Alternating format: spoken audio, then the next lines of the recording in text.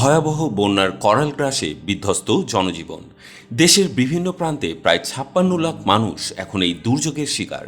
এমন পরিস্থিতিতে বিসিবির নতুন সভাপতি ফারুক আহমেদ ঘোষণা করেছিলেন যে বন্যা দুর্গতদের সহায়তায় প্রধান উপদেষ্টার তহবিলে ১ কোটি টাকা অনুদান দেয়া হবে। বিসিবির উদ্যোগ এখানেই থেমে থাকেনি। এবার বন্যা পীড়িতদের সহায়তায় তারা সরাসরি ত্রাণ সামগ্রীও পাঠিয়েছে।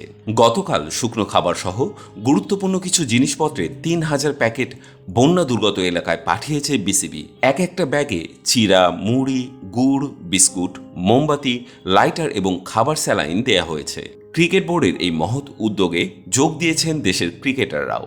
যুব বিশ্বকাপের তরুণ তারকারা স্বয়ং বন্যা দুর্গত এলাকায় গিয়ে ত্রাণ বিতরণ করেছেন এবং জাতীয় দলের ক্রিকেটাররাও বন্যার্থদের পাশে দাঁড়ানোর এই মহৎ উদ্যোগে অংশ নিয়েছেন। মুশফিকুর রহিম তার ম্যাচ সেরার পুরস্কারের পুরো অর্থই দান করেছেন বন্যা দুর্গতদের জন্য। লিটন কুমার দাসও তার energetic batter of the match পুরস্কারের অর্থ অসহায় মানুষের মাঝে বিলিয়ে দিয়েছেন।